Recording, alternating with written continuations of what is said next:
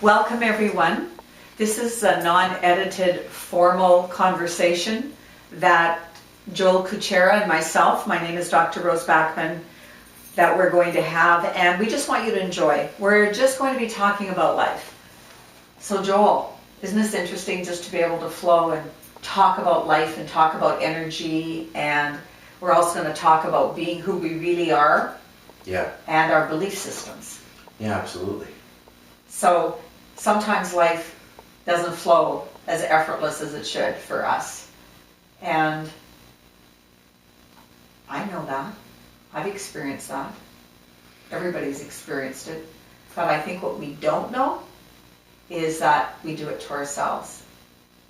Well, there's a lot of that going on. It's the tough one. But I mean, you know, some people in certain areas really flow, and other areas really flow, right? You can have a guy who's really good with women, horrible with making money, or a guy who's really good at making money and horrible with women, because in regards to the story that they're telling themselves in regards to that area of their life, it's corresponding to their truth on the subject. And personal truth is different than universal truth. So there's very few universal truths compared to the personal truths that we have. So some of those personal truths are lies, though. That we can believe that this is the way something should be, it's my truth, but actually it could be a self-sabotage for people. So for instance, the biggest issue that I find is that a lot of people have this personal truth, as he's quoting it to be, is I have to stay in this situation because I have no other choice. Mm-hmm. Whether we're talking relationship or whether we're talking work. Right, and that's their truth. So is a lie. It depends on your perspective, right? Of course. Depends on your perspective, but it is their truth, and there's no denying that. But is it their truth? Or is it the lie they're telling themselves because of what they were believing? It's the truth based on the story that they've created that they believe to be true. Did you hear that? That is so beautiful, what he just said to me. That was beautiful. So it's very true because of the story that they're living. So there's a strong truth for them only because of their story. Yes, because what is happening in our lives is based upon the imagination of ourselves. It's based upon the story that we're telling ourselves. And, you know, it really comes down to, in most cases, well, not in most cases, all the cases, that what you're vibrating and what is showing up on the theater, on the stage, or the movie screen of your life is exactly what you expect. But there's an important factor that's very different in that expectation, because in life you don't necessarily get what you want, you don't necessarily get what you need, but you always get what you expect, but not what you tell people that you expect. That's the rub. You can be like, I'm going to win $1 million, I'm going to win $1 million, I'm going to win $1 million, I'm going to win $1 million, I'm going to win $1 million. Guess what? You are creating the feeling of, I want $1 million, I want $1 million, I want $1 million, but I don't have $1 million, but I want $1 million. But I don't have $1 million, but I want $1 million. I have it, but don't have it, but I want it. And I believe if I repeat that long enough, I'll fool myself into believing it, and it's absolutely not true. I totally agree. But, so that's why it's not what you expect from the surface level, but what you expect in your heart of hearts. That's what rolls out in your life. So in your heart of hearts, if you knew that you had won $1 million, guess what? You would have won $1 million. Or a way that I could explain, you know, because there's different energies and vibrational frequencies that are important in regards to creating what we want, or when we're creating what we don't want. So, for example, if it was $1 million that we wanted, Rose, have you ever won anything? Won? Yeah. Of course. Well, give me an example of something you won. Well, I remember winning at auctions when I was going to an event and you bid for these certain items, and that's one thing that comes to mind, of course. Okay, but have you ever... But I paid for it. Right. So you're talking about winning in a situation I haven't paid? Of course, I have had tickets picked and I won different items, but they weren't $1 million items. Well, no, I get you, but for example, have you ever bought a lotto ticket and won? Yes. Okay, give me an example. Real life. Well, real life, I bought a lotto ticket and the most I ever won was $100. Okay, so let's talk about that $100 win. So you had the lotto ticket and you knew that you won the $100, but you hadn't gone down to pick up the $100 yet, right? Right. So if you could have the feeling of that you won the $100, but you haven't picked it up yet, that's exactly the feeling that you need to actually create that. Oh, I get you. I didn't know that then. But I know, like, people will say that, but this is the truth and this is what's going on and la la la la la la la la. Well, I know it seems like that for a lot of us, but that's not really the truth. The truth is, whatever story that you believe to be true is true, regardless if it's true or not. And that's the rub. And that's why, some people are living crazy, amazing lives and everything seems to work out. And no matter what they do, it rolls out quite nicely. They've got golden fingertips. Yeah, and then you got other people that no matter what they do, they have the right intention behind it or whatever, but nothing seems to work out. And I know what it's like to be that guy. I went to 12 schools in 12 years and I was told I'd never learn how to read or write or graduate high school. Why would someone say that to a student? I don't get that.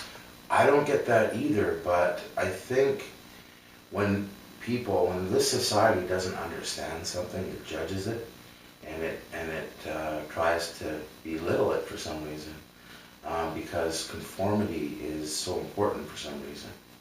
Right? I mean, if we looked at our school system, if we put it into perspective, it kind of be like, imagine you have, 10 or 12 different animals lined up.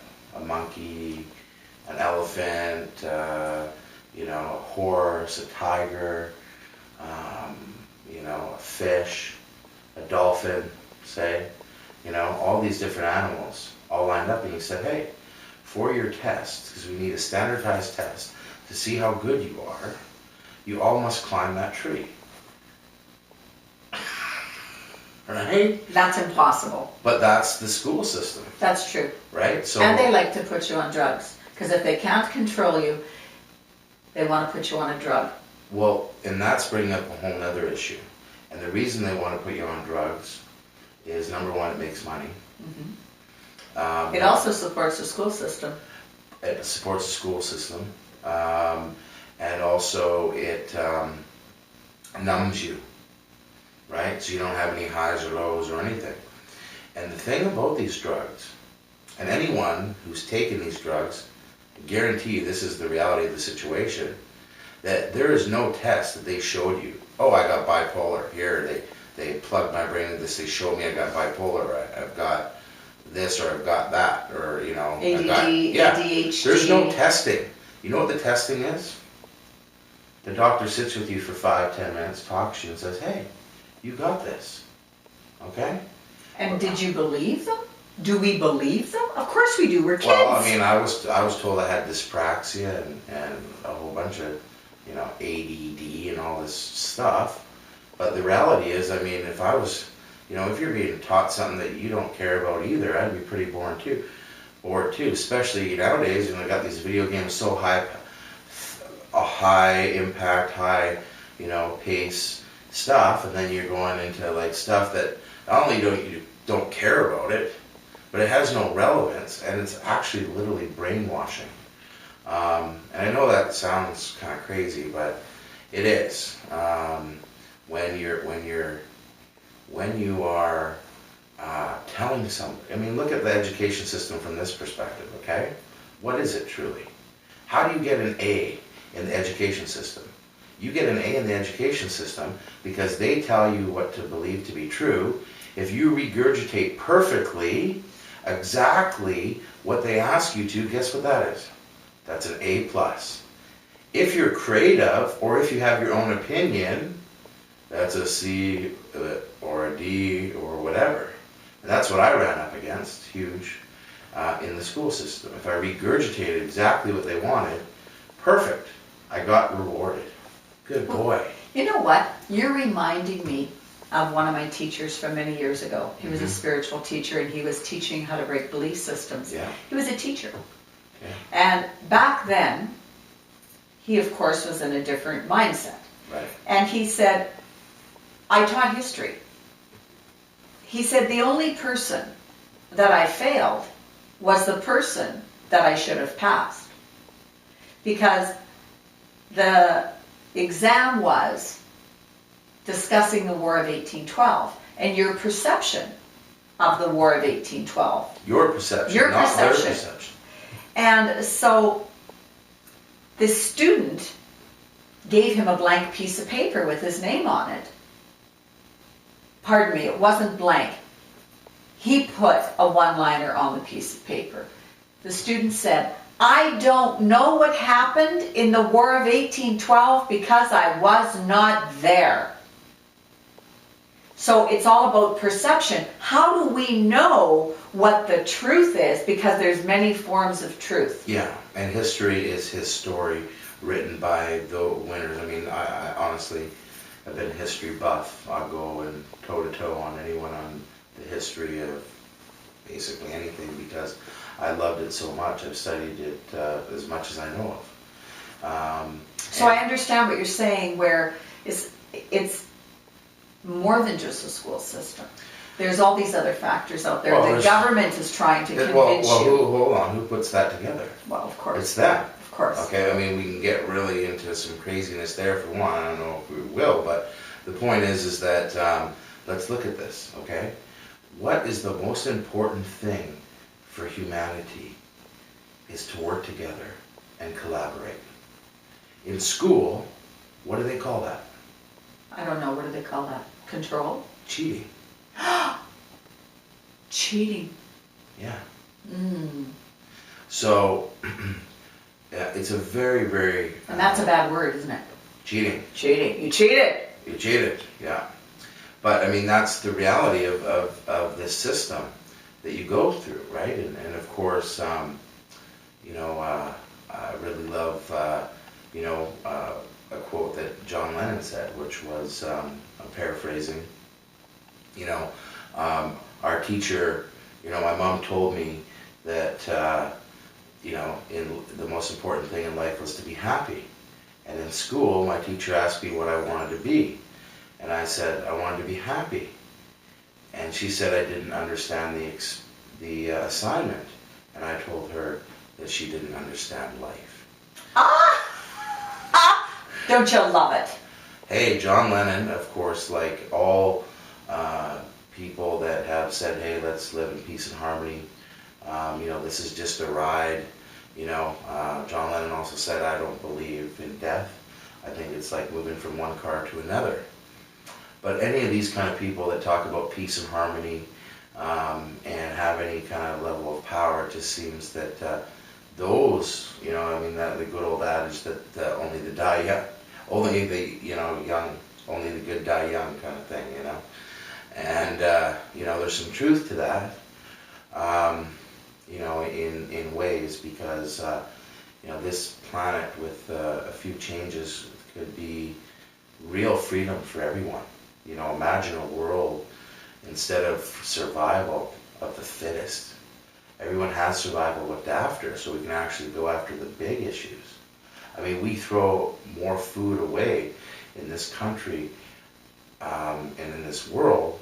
Half of it is thrown away. Well, that's more food. We have enough food right now we're producing to feed the whole world, but we don't have enough pretend monopoly money to pay for it all. Right? I mean, what a dysfunctional system. Well, and we've been programmed to believe there's always more than enough.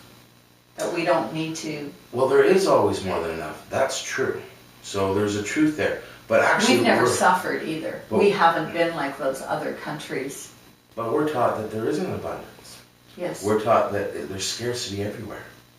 And you got to get yours while the getting's good. Oh, at some levels, yes. So you're talking about sitting at the dinner table. Do you ever remember sitting at the dinner table and having a statement made to you that there are starving people in Africa, so clean your plate? Yeah, of course. Yeah. And so, but see, that doesn't even make sense, does it? Because our parents were still throwing out some form of food. Yeah, and well, that's changed. I mean, like you look at society and how it's changed so quickly, and it's changing on purpose, right? I mean, patience, for example, is not something that's big these days. I mean, people don't even want to wait for popcorn to pop. And, and they want instant gratification. They want what they want, and they want it now. And you know what that's called? What is it called? It's called ego. Yes. It's called edging God out. Right. Whatever God means to you, what God means to me is very different than what God means to a lot of people. But so what does it mean to you? I would put it this way. There was a story I heard once, and this is the way I feel, is, in some country somewhere, some explorer said, can you show me where God is? And if you can, I'll give you, some sort of present, some sort of gift. And the young man said, can you show me where God isn't? Ooh, we love it. I've heard that. That's beautiful. And I love that. I believe, and actually it's a knowing. I know that there's nothing that's not God. Even my demons, even everything.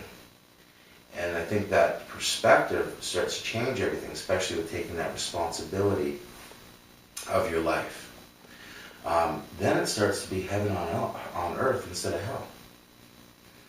Because it's all a matter of perception, right? Well, yes. I remember my father saying, you can have your heaven right here on earth, or you can have your hell right here on earth. It's a choice. It's totally a choice. And, and that's what it comes down to, is the story, right? Why do we suffer? We suffer because we have attachments. We suffer because, we need the control. But the most out of control you'll ever be is when you think you have the most control. I love that. I love that. I can totally resonate with that statement. I think the sweet spot for our lives is one thing, the flow. There's a flow to life, and that flow is a beautiful place. Well, it's like we're flowing now. We're being real. Yeah. We're not holding back. We want to express the way we want to express. We don't feel we have to be anybody than who we are. We're just sitting here expressing ourselves. Exactly. And it feels good to be able to just say what you want to say and not have any fear. The human side of us still wants to, we want to feel safe to express ourselves, but sometimes if you say too much, you get all this crazy stuff in your head, and the fear of judgment, the fear of lack of acceptance. Well, true, but I think the funniest thing about that whole statement is I have no idea what I'm going to say next. Well, I don't know right now what I'm going to say next either, because I feel that with you. Right. And this is what we all have to learn, to just go with the flow and express ourselves with whomever. And then if that person doesn't get you at a vibrancy level, you don't resonate, you just move on to someone else. Well, I hear that. And I think the biggest challenge we have in our society, in our world, period, is people are so busy trying to convince everyone else on what to believe and what to think. They're not even, number one, listening to what anyone else is saying. So in fact, in most cases, they actually agree, but they don't ever get to the point of understanding that they agree because they're not open enough to listening, number one. But I think most important is that everyone wants you to believe what they want you to believe. The school system, the government, the politicians, your siblings, your friends, your parents, your boss, your co-workers, your sports teams, your other affiliations, whatever it may be.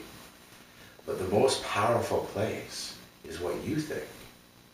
And when you start to not think about what all these things on the outside care about, and all these people on the outside care about, but what you care about on the inside, and you start to have crucial conversations with yourself that are not ego-based, and you can tell the difference. When you start looking inside yourself, guess where all the answers are? Of course they're inside of us. They're all inside of us. All of the answers are inside of us. And this whole society that we've built is all about the outside, right? And if you go against that, you'll be punished at some level. right. And you know what? I've lived that world, right? I mean, where I am now, I've never been before, right? And that's the thing to remember. You know, it's a journey. It's not a destination, you know? And I thought it was. You know, I've had those experiences where, you know, I had my freedom and, I was in the best shape of my life and all these things. And I thought it would make me happy.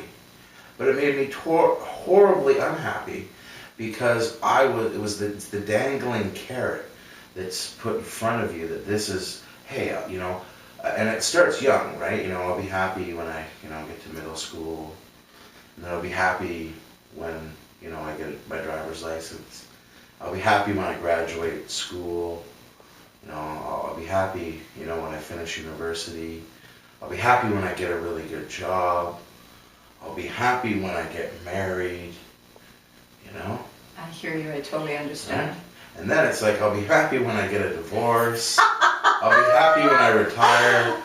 Instead of being happy now, because now is all you got. It's a choice right this moment. Right, and that's all we ever have. I mean, the reality of the situation is no matter where you are, doesn't matter where you are, you're always here. And no matter what time it is, it's always now. Those are always the two consistent things, besides one other thing. Doesn't matter if you want to change your life, if you think you're going to move geographically to somewhere else or do something else, the biggest challenge is, guess what? You always follow you there. Yeah, so when you say you hate a city, you don't really hate the city, you hate the memories of that city that's inside of you. Right, and I know I've experienced that as well because I've, had that view. And again, it's all about the story that you've told yourself, right? So that's right, it's all about the story. Yeah. So people can change the story right this moment, just like you said. You can change your story. Yeah. That isn't working for you. Yeah. And not to put blame on anybody, but to look at your own self, and that's the tough part sometimes. I mean, look at people that really quit smoking and stuff like that. The ones that really do it. I mean, let's get out of this whole thing, I'll use the gum, or I'll use the mints, or I'll use the patch. That's not giving up. You're just changing one addiction for another. And I mean, quite frankly, to me, all addictions, and I've been addicted to most things, are the same. And so instead of, as a society, us dealing with addiction, because you can get addicted to anything, we just transfer one addiction to another. Oh, totally. And just move them around, But when someone truly makes a decision, for example, to quit smoking, they quit. You always hear, I went cold turkey, and I never touched another smoke again. I did that. Right. I just made a decision and I stopped. And you know why? I remember to this day why. I was 25 years old, cigarettes went up, and I said, I am not paying the government one more penny. That's what came out of my mouth. I was kind of shocked by that statement that I made. See, and when I said I would quit smoking when they became $5, but then I said I'd quit smoking when they became $10. So, I mean...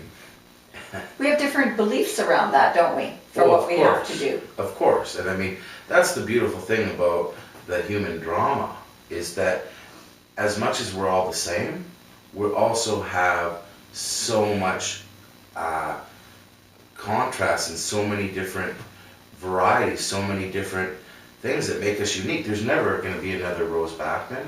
There's never going to be another Joel Kutschera. It's never going to happen. And instead of celebrating the fact that we are unique and at the same time we're so similar, but we're all different, we try to conform into little boxes, right? I mean, that's what this whole system's about. I like to be a little bit of a rebel. I've always felt that I have to go against the grain somehow, and it feels good because now I've learned that it's okay to have your own opinion, and everybody doesn't have to like you. Well, you know, exactly. I mean, we know one thing about an opinion. An opinion is like an asshole. Everyone's got one. But it doesn't make it a good opinion. And sometimes the worst advice you can get is free. But it all depends. Because again, it comes back to what we were talking about earlier, that it's about listening to the inner conversation, listening to yourself. To me, if it feels good, do it. If it doesn't feel good, don't. If it's an absolute yes, that's what you need to hear, do it. If it's blissful, if it feels great and you're excited, do that.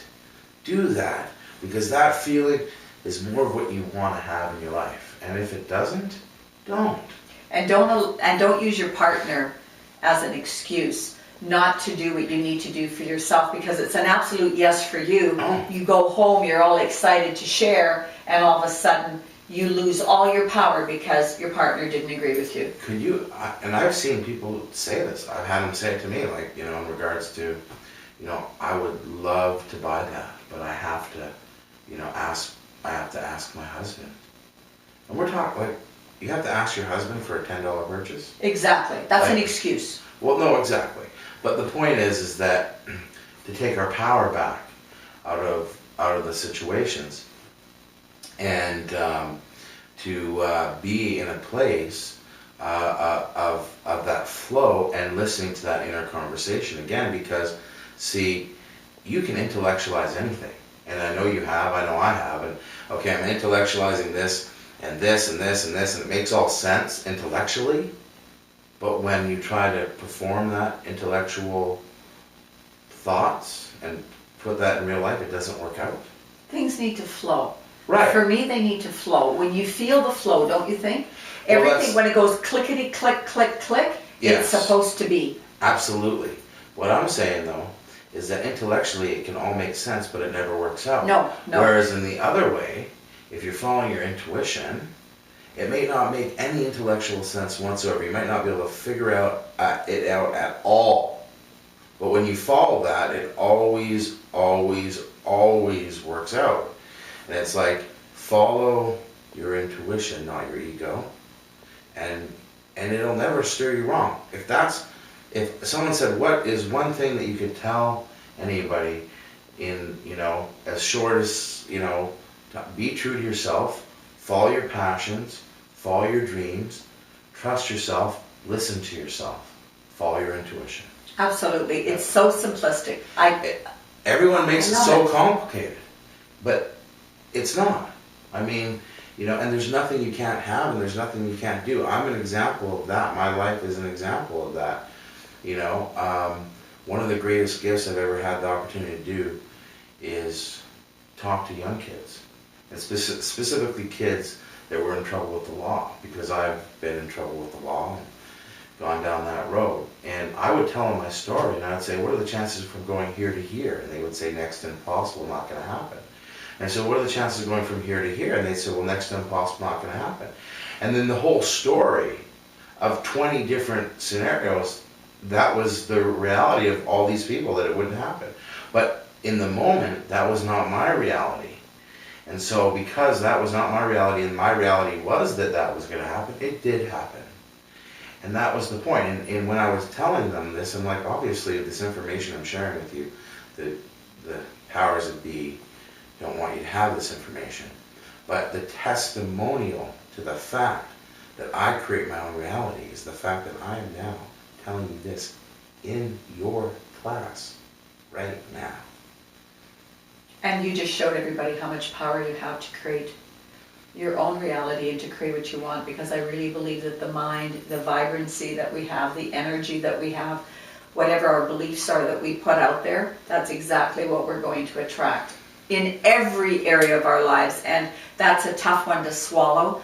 We don't like to take responsibility for our actions, We don't even like to take responsibility for our thoughts. But that's changing. It is That's changing. Of I mean, course I it's mean, changing. I look at, 15 years ago, and, you told somebody that they create their own reality, you're like, you're fucking nuts. You're nuts. You're a nutter, what are you talking about, right? Well, now when you say to people that they create their own reality, it's become new agey. Mm-hmm. It's actually old agey, but it's become new agey, and it's actually, in my opinion, there's a lot of false information out there. Like a lot of information that's incomplete, doesn't really give you the ability to truly understand, because it's very simple. They make it all so complicated. And I believe in this video here, the pieces to put that together will be there, because I think it's our birthright. But it's you're always, people say to me, well, how do I create my own reality? Well, you always have been. It's just, are you creating consciously or unconsciously? Are you creating what you want or what you don't want? And for me, it's been well over 15 years since I've been conscious. And what's happened in that time? Rose, I've gotten everything I ever wanted. But I also got everything I didn't want, because I focused on that. And that is, a hard truth to swallow, but it is the truth. And so now, where before it was like, you're crazy, now everyone says, well, everyone knows that. We all know we create our own reality. I hear that a lot now. But to that is the thing of this. To know and not to do is not to know, right? And to keep your power. I really believe that when I say to keep your power, that means to be who you really are and stand up for who you are and what you believe in. And, your beliefs are going to change too. Even if you are keeping your power, there's going to be certain things you will shift that maybe you don't believe anymore. Or maybe there's going to be stronger belief systems. Maybe you need to separate yourself from certain people because they're sucking the life out of you. And that also goes for family members. That doesn't mean just friendships or co-workers. Oh, it's true. I mean, one bad apple can ruin a whole barrel. One negative energy drainer can ruin your whole life. There's people that just are not good for you. And you want to hang around and spend time with people that make you want to be a better person and help you. And roll that. I mean, I know it's tough, and I know what it's like to want people's approval to a level that caused me, to be charged with murder and to go to prison for manslaughter, because I wanted other people's approval to a level. I paid the ultimate price in that. And now, you know what? The only approval that I want is my own. I mean, that's the reality of the situation. Yes, it is, because now that's interesting we're talking about that you brought that up, because there's some sort of vibration between the two of us, because my husband was murdered, and here you are sharing your story. And if I may share, this is my truth, which is that was the worst time of my life, but that was the best beginning of a new life. And the same for me. Best thing, I mean, as crazy as it sounds, that's the best thing that ever happened to me. It woke me up to the truth, because otherwise I wouldn't be who I am now. Didn't you find that there's a part of you inside that cannot believe that you made that choice? The choice, the decision. For me, it was all about the choice. I knew I should have never married who I married. But I thought, like every woman thinks, it'll get better, I'll fix him, I'll change him. Which you can never change anybody. Which you could never change anybody. But our energy levels matched for a short period of time. Yeah. And then they didn't match anymore. Yeah. So did you find that you ever out loud said to yourself, even though it was silently, but it sounded so loud in your head, how could I do this to me? How could I allow myself to let this happen? Well, for me, this whole event that happened in my life, I don't think it would have happened any other day. But see, for me, the defining moment was I was sitting in a prison cell and I was looking at life 25. I was looking at spending more time in prison than I was ever alive. And I found some razor blades in my cell. And I literally stuck it in right here. I don't know if you guys can see that, but anyway, I stuck it in right here. And I was going to go straight down. I was going to end it because I was like, what's the point to live? You know what? Here I am. I'm 18 years old. And I'm looking at more time in prison than I've ever been alive. And see, in that and before that, I was very blaming these people involved. I'm like, shit, this was supposed to be, I'd never broken the law, but this was supposed to be an easy peasy break and enter. But the interesting thing was, just before this happened, and I would say it's very important to the questions that you ask, because here is a question that I literally asked at 18, just before this happened, and I got the answer. And the question was, no one on this planet seems to give a fuck. Why should I? Ah. And it really has come clear to the point of my actions in my later life and what I do and what I'm rolling in my life, right? But in that moment that I stuck that in and I was going to go straight down with it, I hit the wall. I saw that everything that I thought to be true wasn't true. And that's why you may hear me say that I'll never know as much as I did when I was 18. No matter what happens for the rest of my life, I will never know more than that. Because I had everyone else's ideas and opinions and ways of being all mapped out, that this was the way of life and this is what it was. But it wasn't. But you went against that, and you decided to carry your own self with your own beliefs. You inwardly knew better. Well, what happened in that moment, when I hit that wall, the voice said, this is not the end. This is the beginning. This is the beginning of your awakening. From this moment, it will become clear. So was that voice your soul? That's a good question. I don't know. And that's also a very powerful place to be. Because I think once you have it all figured out, you got nothing figured out. Isn't that the truth? Yeah. Yeah. So all I can tell you is that the thought was, focus on what you want to see because your thought matters. And that's what I started to do. And then the rest of my life since then has been to see that my life is a reflection of the story that I believe. Based on the evidence or not based on the evidence, it doesn't matter. So if I look at the evidence and I say, okay, well, this is the situation and this is how it is, then that's how it is. And if the evidence didn't support that, but I still said this is the way that it was, then that's the way that it was. And, I went from that situation going to the penitentiary, and I won't get into all the details of spending 3 months in the hole and the craziness that went on, because there was a lot of craziness that went on for sure, to, creating my financial freedom. Put it this way, on February 17th, 2003, I finished my sentence for manslaughter. So how long were you actually in jail for? Because you said you were sentenced for 25 years. No, you could have. No. I wasn't sentenced. I was charged. You were charged. If we want to get into that. But you actually spent how long? Well, what happened was, I was charged with, if we want to get into that story, we will for a second, to see how crazy it really is, because it's about the craziest story that I've lived.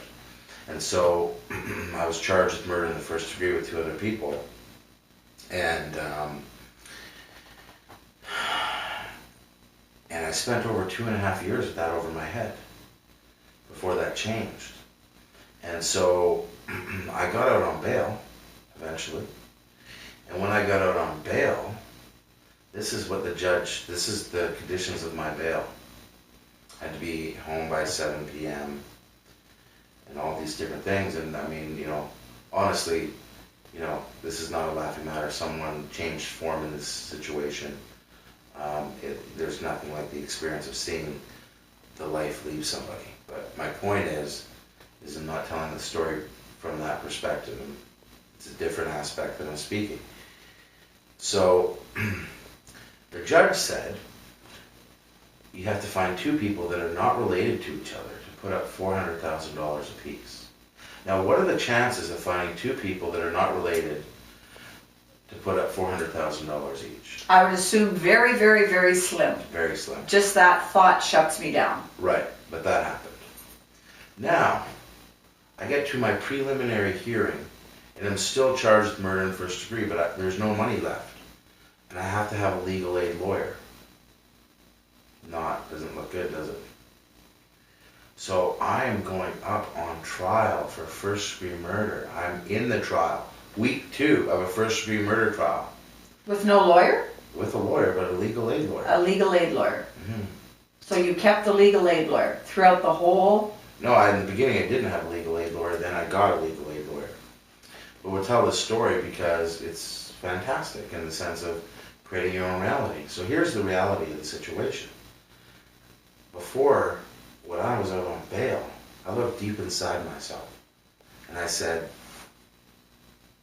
I gotta take full responsibility for my actions in every way. So in that, I actually sentenced myself in my own mind. Oh, what a beautiful story.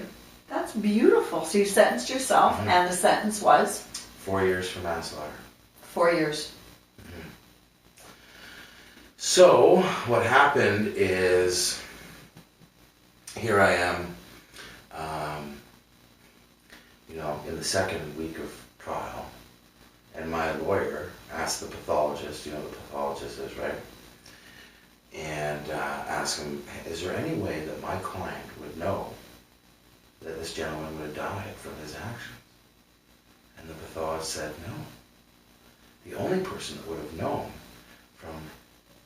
from those actions would be his doctor.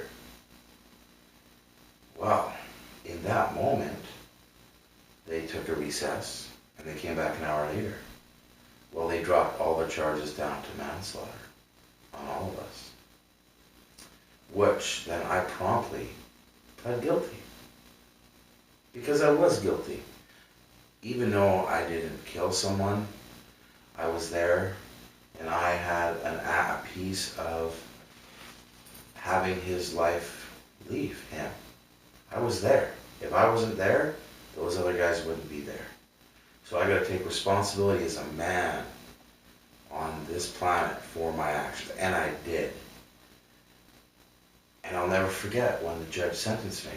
He said, I'd love to give you less, but if I don't give you this sentence, it'll be appealed to the Supreme Court of Canada. So he gave me 4 years for manslaughter. But you know the funny thing is? They still appealed it to the Supreme Court of Canada. No. Yeah. So he thought he was safe with that. But I guess you never know what people are going to do. Well, one co-accused got 2 years, another one got 16. 16 years? Yeah. But the reality of the situation is we had different consciousness levels, right? Mm-hmm. Obviously. Yes. And in that situation, now to explain, like when you spend 2.5 years with a murder one charge on your head, it's like your whole life is on pause because you're waiting to get to the end of a situation. And there is nothing like the feeling. I was so grateful to go to prison. I had never been so happy to go anywhere in my life at that moment. Because you knew there was going to be an end to it. Exactly. I knew there was going to be an end to it. And then when I got inside, I got this big piece of paper. It said, what it said was, hey, you know what? You got 4 years. Your first day parole hearing is in 9 months. So I went to my worker and I said, hey, you know, what about this? Can I get out in this night? No, you're a Schedule 1 offender. It's not going to happen. You have to at least do 3 years of a 4-year sentence. It's just going to be the way it is. Talk to other people there. Man, no, you're a Schedule 1 offender. You're going to have to do at least 3 years. It's just no doubt about it. Well, the funny thing is I did all the programs I was supposed to do. And so you were an excellent prisoner. You did all the programs that they suggested that you do. I did them all. But you know what was interesting? I did them all within like 5 months. Okay? So then this guy leaves the prison, and he's, you know, honestly in prison you can get anything that you want. You know, mostly the guards will bring it in. I mean, the truth of what's going on in this world is very different than what we're led to believe. But anyway, this kind of leaves me with a little bit of marijuana to, you know, deal with. And these other guys that were supposed to be my friends, you know, rolled into my cell with shanks. You know what a shank is? It's a homemade knife. Oh. So literally, you know, I had these 3 guys in my cell with these things at my throat, taking everything, my clothing, everything that I had. You know, they took it. Now, what happens in prison if I let that happen? Well, now they know they can do that to you. So they're going to always try and rip you off. I'm assuming that. Well, it's and they call it being a bitch in prison, right? So I obviously couldn't let that happen. So you had to fight. So the next, because they came to my cell, right, and I couldn't really do anything about it. So the next day, I knock on their door and I say, I need my stuff back. You got 1 hour. They thought that was really funny. So I went up to the gym and I, you know, grabbed one of these bars that you work out with and slid it down my leg and went back through security, knocked on the door, and they were waiting with a big 2x4. So me on my own against these 3 guys. And these guys were terrorizing other people in that prison. Like, they'd punch people out there walking around with black eyes and stuff, and no one would do anything about it. Including the guards. Of course not. And so we fought in the top tier because you're trying to also make sure the guards don't see this happening. It's kind of an interesting way to battle. So then once that went down, then I went after them individually. And actually the big 6'4" guy ripped a hole in my back with his teeth. And then I knocked him out. But I had to rip him off my back. It's very crazy stuff that I'm talking about here. But these are, I've had a very crazy life. We're not going to get into even close to, you know, 10% of the craziness that I've actually lived. But so how long were you in prison for? Well, this is what I'm coming to, because this is the understanding the power of creation in talking about stories along the way, you know, that give you all the evidence that you shouldn't be getting out. So, so then the third guy, finish the story, you know, I grabbed him by his big long hair and I was punching him in the face and he looked like he wanted to say something. And I let him spit out the blood and he said, I'll get your stuff back. So 15 minutes later, I had all my stuff back. And for a day and a half, I know what it's like to have the respect of every prisoner in that prison. And you know what? It means absolutely nothing. It means absolutely nothing. But I know what it's like. Then, I had the warden and the assistant warden grab me and say, hey, what happened to you? And I said, well, you know, I do the pressure washing around here. And I got tangled up and I fell down the stairs. Well, they didn't like that too much, and so they put me in the hole. And then they told me what had happened, and I said, no, that's not what happened. get to my story, so they wouldn't let me out of the hole because they actually told me who told them what they had heard. And so they knew if they let me out that that information would come out, so they couldn't let me out. So legally, you're only supposed to spend 1 month in the hole. I spent over 3 months in the hole. The hole is like Solitary confinement. solitary confinement. 23.5-hour lockup. Wow. So did you go to a spiritual place during those 3 months? Were you at that level? Well, you know, I mean, a spiritual place, I think everything's a spiritual place. But, you know, I did make workout equipment out of elastic bands from the underwear, from the tidy whities. So I did do that. But quite frankly, what happened after that? And I mean, there's some other really crazy stories I won't get into, but an entity along the way had told me that the closest truth on this planet of what was really going on was the Native American way, or the First Nation way, or whatever. And I was lucky to be one of 2 white boys to go to an all-native prison.